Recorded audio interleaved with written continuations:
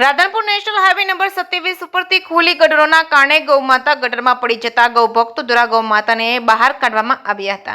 Radhanpur highway 4 રસ્તા ઉપર આવેલી હેપી મોલ પાસે નેશનલ હાઈવે નંબર 27ની ખુલ્લી ગટરોના કારણે બની છે ઘટના.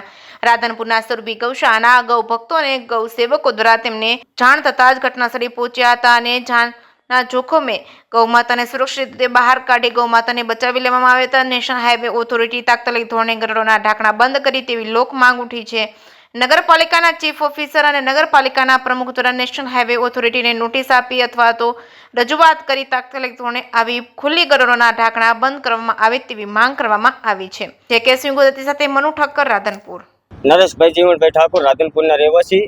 આપણે હાઈવે નેશનલ હાઈવે ઉપર 27 નંબર ઉપર ગટરો ખુલ્લી હોવાથી ગાયો વારંવાર રાતના અંધારામાં કોઈ બી પડી જાય છે. એ બંધ કરાવવા સાફ કરાવવામાં અમારી વિનંતી કરી છે. આ ગાયામાં બધું એવું કોઈ માણસ પડી જાય કોઈ અથવા કોઈ ઘટના ઘટી જાય એની જવાબદાર કોણ રહેશે? નંબર 27 હેપી મોલની બાજુમાં ગાયને જાણ થતા પરશુરામ ભાઈએ અમને જાણ કરી હતી. બરાબર, હેપી મોલની બાજુમાં ગટર ખુલ્લી હોવાથી વારંવાર ગાયો પડી જાય છે, બનતા માણસ પણ પડી જાય છે. પણ આ ગટર પુરાવવા તાત્કાલિક વિનંતી. તમારું નામ? મારું નામ વિજયભાઈ દેવી પૂજક.